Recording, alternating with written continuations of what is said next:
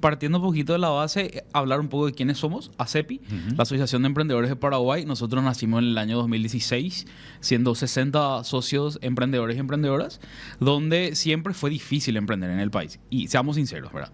Siempre fue difícil por mucha burocracia, por muchos trámites, no hay como oportunidades, no hay como que espacios diseñados directamente para los emprendedores. Entonces nace la asociación y hoy en el 2024 ya somos más de 7.000 socios en los diferentes rincones del Paraguay, ¿verdad? Entonces impulsamos muchas políticas públicas, espacios para el desarrollo principalmente de los emprendedores y también acompañamiento en términos de formalización. Entonces ahora, y respondiendo directamente a la pregunta, ¿qué implica principalmente ser formal o estar formalizado, ¿verdad?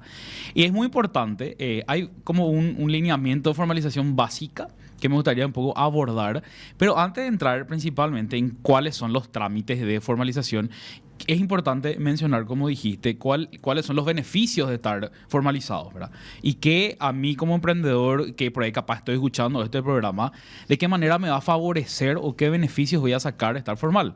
Por un lado, el hecho de estar formal, y así como decía, contar con RUC y otros documentos, podemos acceder a créditos o financiamiento de por ahí capaz espacios bancarios, cuentas bancos, financieras, o de por ahí capaz acceder también de por ahí capaz a capital semilla a concursos que lanza o el gobierno o el sector privado o de por ahí capaz algún organismo internacional. Eso lo ya es el primerito y que básicamente uno de los sueños que tenemos los emprendedores es tener capital, ¿verdad? Pequeño detalle, solamente el problema económico es lo que muchas veces tenemos, ¿verdad? Poquita cosa. Pequeño detalle, ¿verdad? Pero nada, estar formal nos da la posibilidad de acceder a créditos y a financiamiento. Por sobre todo, protege de manera legal lo que es nuestra marca, lo que es nuestra identidad, lo que es nuestro emprendimiento como tal. Entonces sí se logra como una protección social, legal. Y también puedo acceder a apoyos que ofrece el gobierno o espacios gubernamentales, ¿verdad? Y uno justamente, un fondo interesante fue Fondo de Garantías, que hablamos justamente en otro espacio también que había ofrecido el gobierno, pero que fue una lucha también de diferentes gremios. Uno de ellos justamente ACEPI, que se logró en la pandemia, y es muy importante mencionar la pandemia, porque muchos en pandemia nos quedamos sin trabajo, otros por ahí capaz empezamos a emprender, necesitábamos crecer, pero teníamos complicaciones con el pago de nómina, etcétera. Entonces existió por parte del gobierno lo que es FOGAPI, ¿verdad? El Fondo de Garantías. Entonces, para los emprendimientos en mayor estado de vulnerabilidad, ¿verdad? Entonces, algunos fue como una postulación y los emprendimientos que estaban realmente formales, algunos lograron acceder a esa oportunidad, a ese fondo, ¿verdad? Justamente en esta semana estuvimos visitando a una emprendedora que fue adjudicada por FOGAPI y nos decía, mira, yo realmente si no fuera por eso, capaz hoy yo no estaría en este emprendimiento, y hoy está como que creciendo y permite ser bastante escalable su modelo de negocio, ¿verdad? Y por otro, fundamental, mejora mucho la imagen y la reputación del emprendimiento también estar formal, ¿verdad? Marcelo, hablabas de los beneficios y yo voy a reforzar la pregunta de Mariela, porque cuando hablamos de ser formal en Paraguay, decías vos, hay un concepto básico y uno que cierra ese concepto de ser formal dentro de la estructura del país. Cuando estamos hablando de ser eso, ¿verdad? Formal básico y formal cerrando ya el círculo, ¿a qué nos estamos refiriendo? Formal básico son los lineamientos esenciales, como, y puedo citar de manera rápida, como por ejemplo tener RUC, que anteriormente la institución que expedía es SET, bueno, hoy se cambió de nombre, hoy es de NIT, la Dirección Nacional de Ingresos Tributarios. Después tenemos también Ministerio de Trabajo, tenemos IPS, ese es lo que cuesta realmente conseguir. Muchas veces no queremos tener asegurados nuestros emprendimientos, a nuestras personas, a nuestro equipo. Después también... Pero no se quiere por la burocracia o por el costo que representa, por el aporte patronal, digamos, el aporte del empleador. Ambas cosas, ¿verdad? Y también porque estar en IPS implica que uno tiene que estar alineado, ¿verdad? Entonces tenemos que estar alineados con los procedimientos, con las documentaciones, estar formal. Entonces muchas veces un emprendedor del interior me dice, prefiero nomás quedarme siendo informal y ganando nomás así como estoy ganando, total me va luego bien, hey, ¿verdad? Entonces, pero si nosotros necesitamos crecer y necesitamos, no sé, por ahí capaz presentarnos a alguna licitación del gobierno, o de por ahí queremos ser proveedores de grandes industrias o grandes marcas, necesitamos justamente, sí o sí, se exige IPS, ¿verdad? Entonces es muy importante estar también en el espacio de lo que es el términos de salud, ¿verdad? Aparte de IPS está también, como habías mencionado, patente comercial.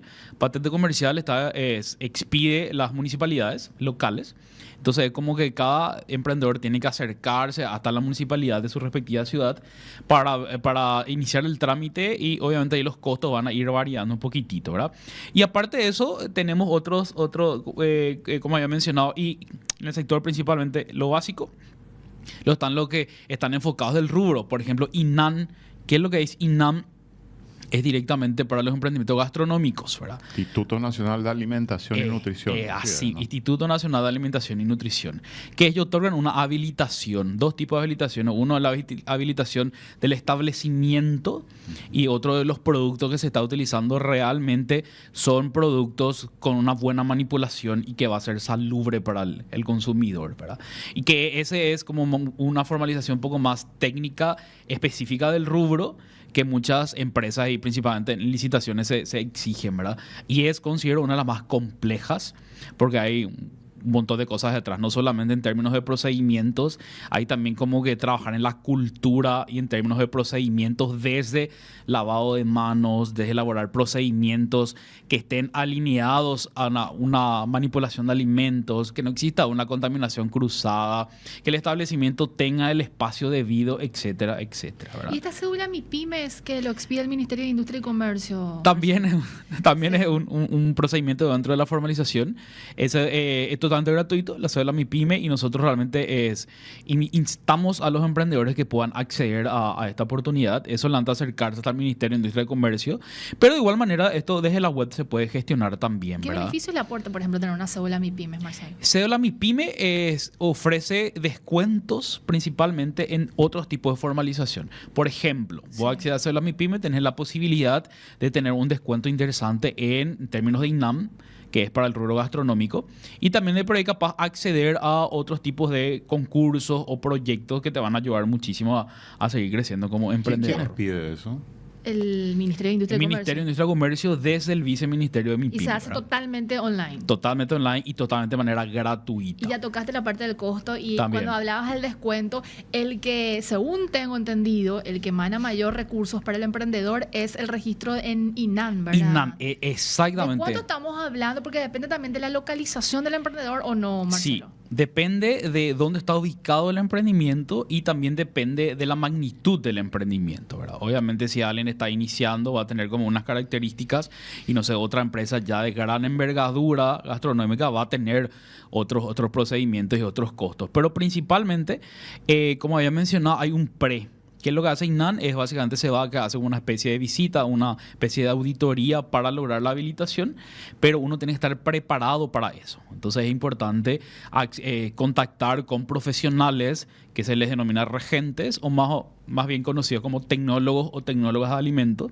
Lo que hacen es se van a tu establecimiento, pero capaz unos meses antes de tener esa visita a INAM, y te acompaña a identificar, elaborar procedimientos de buenas prácticas de manipulación de alimentos, te da como que recomendaciones en términos de tu infraestructura, de tu establecimiento, cómo tiene que ser, cuáles son los pasos esenciales para una buena manipulación de alimentos, y eso implica que tu equipo de trabajo esté entrenado para lo que va a hacer eso, ¿verdad? Entonces es una cuestión también de generar conciencia, es una cuestión de elaborar procedimientos, aplicar esos procedimientos, y después viene INAN y desarrolla la visita para lograr la habilitación, ¿verdad? ¿De cuánto estamos hablando? ¿Mínimo, máximo? Depende mucho, pero nosotros justamente tuvimos hace poco una reunión con un gremio bastante interesante que nuclea a los profesionales del sector gastronómico. Un aproximado, voy a dar como un promedio porque depende demasiado de varios componentes, puede ser como 1 millón a 1,5 millones más o menos la visita mensual de este profesional, hasta lograr lo que es la visita de INAM, ¿verdad? Que te va a costar un aproximado de 750 aproximadamente a 1,5 millones, 2 millones, dependiendo de la magnitud del emprendimiento, ¿verdad? Y después algo muy importante es como una responsabilidad adquirida. ¿Eso qué significa? INAM te da la habilitación en caso que esté correcto, pero el local gastronómico va a necesitar el acompañamiento del profesional en tecnología de alimentos por siempre, todos los meses, sí o sí va a tener que, como un regente de farmacia, ¿verdad? Siempre es el que te firma, así mismo, pero para el rubro gastronómico. Y ahí el arancel, dependiendo también del profesional, es también un estimado de 1 millón a 1,5 millones o 2 millones, dependiendo de la magnitud del emprendimiento. ¿Y hay algún tipo o sea, hay otros rubros que también requieran algún tipo de habilitación especial que no sea rubro alimentos? De por ahí puede ser unas certificaciones en términos ambientales, SENACSA, manipulación de productos químicos, ¿verdad? Que nosotros justamente vamos a estar desarrollando desde ACEPI diferentes espacios de talleres de formalización que desde ya le invitamos a los emprendedores o emprendedoras que puedan acceder a nuestras redes sociales y enterarse de las diferentes oportunidades que vamos a estar hablando específicamente con profesionales en eso, ¿verdad? Pero sí, para rubros, algunas cosas muy específicas, sí existen diferentes tipos de formalizaciones también. Con respecto a los otros componentes para que el emprendedor sea considerado formal, ya hablabas del RUC, hablabas de IPS, de estar inscrito en el Ministerio de Justicia y Trabajo, ¿eso tiene algún costo para el emprendedor, Sí, Marcelo? mira, voy a ir mencionando cuáles son en términos de formalización básica. Sí. Iniciamos por consideramos que como que uno de los primeros pasos es el RUC, ¿verdad? El registro único el registro único del contribuyente, ¿verdad? El de NIT ahora. De NIT se llama ahora, ¿verdad? Justamente ya no vemos Ministerio de Hacienda, pero queremos seguir diciendo Ministerio de Hacienda, ¿verdad? Sí. O Tributación, la Subsecretaría de Tributación. Sí. me voy a la CDI, ya es de NIT, ya hace poco nomás se cambió de nombre. Pero lo que, bueno, uno puede solicitar es totalmente gratuito. De por ahí capaz lo que va a llevar un costo de inversión va a ser la impresión del talonario. En caso que quieras. Es que querés, porque hoy puedes hacerlo electrónicamente. Hoy lo puedes hacer electrónicamente, es mucho más conveniente. Total. Es mucho más conveniente, pero implica ser más disciplinado, ¿verdad? Y también depende, imagino, Y más Marcelo, formal. si estás en Exactamente. esta zona o estás en zonas más alejadas, ¿verdad? Totalmente. Entonces ahí cambia la realidad del escenario para Del la acceso persona. a la conectividad, Así es. etcétera, ¿verdad? Pero el costo ahí solamente sería para la imprenta en casos que necesites imprimir, ¿verdad? Pero es manera gratuita el RUC, ¿verdad? Pero sí es algo muy importante. Sí, el procedimiento es gratuito, pero trae consigo una responsabilidad, ¿verdad? Nosotros por ahí capaz que somos prestadores de servicios y lo saqué gratis lo que decía, mi factura electrónica, pero al mes tengo que pagar mis impuestos, ¿verdad? Y tenés Si que yo tener no un pago, contador, seguro, ¿no? y que tengo que tener un profesional que me acompañe en eso. Le pago de cierta manera al profesional y a su vez voy pagando en caso de tenga multas o no. Por eso requiere mucha disciplina en este procedimiento y se adquiere la responsabilidad, ¿verdad? Y por otro lado tenemos también algo muy importante que quería mencionar, que es una personería jurídica que se llama EAS. EPAS y CELA EAS. Son las empresas por acciones simplificadas, ¿verdad? Recientemente, ¿verdad? Recientemente en pandemia más o menos nace esto, Sí. y también es una lucha y un trabajo de políticas públicas impulsada por los gremios de Paraguay, y ACEPI es uno de los gremios que impulsó las EAS, ¿verdad? ¿Qué es lo que son las EAS? Son las empresas por acciones simplificadas. Así hablando un poco de ejemplo, tenemos por ejemplo la Sociedad Anónima, ¿verdad? SA, que tiene su procedimiento específico, que necesitas un capital específico, tiene una inversión, etcétera, y que por ahí capaz el proceso lleva su tiempo, capaz unos meses, tiene que acercar varios documentos, etcétera, ¿verdad? Asamblea, una serie de... Escritura pública no te salva, ¿verdad? No te salva, sí o sí necesitas, ¿verdad? La EAS también, ¿no? Exacto. Y lo lindo de la EAS lo que permite es que es costo cero, totalmente gratuito, 100% virtual. Uno de cualquier punto del país puede acceder, literal, googlea como EAS, EAS, o por ahí capaz Ministerio de Industria y Comercio, ahí ya van a encontrar toda la información. Va cargando porque ya te va pidiendo, carga unas fotos ¿verdad? De tu documento. Entonces uno va cargando y una vez que esté correcto eso, en menos de 72 horas, 48 horas dependiendo del tiempo, ya sale automáticamente. ¿Qué oficina maneja eso? Porque la abogacía del Tesoro creo que manejaba anteriormente. Son No sé cómo se llama ahora, porque Sí. cambiaron todo de nombre. Creo que sigue manteniéndose con ese nombre. Son varios, sí, abogacía del Tesoro, son varias instituciones que nuclean y eso es lo lindo, porque lo que permite las EAS es articular de manera intersectorial. ¿Eso qué significa? Cuando vos lográs tener tu EAS, vos ya salís inclusive con tu ingreso al Ministerio de Trabajo, con IPS.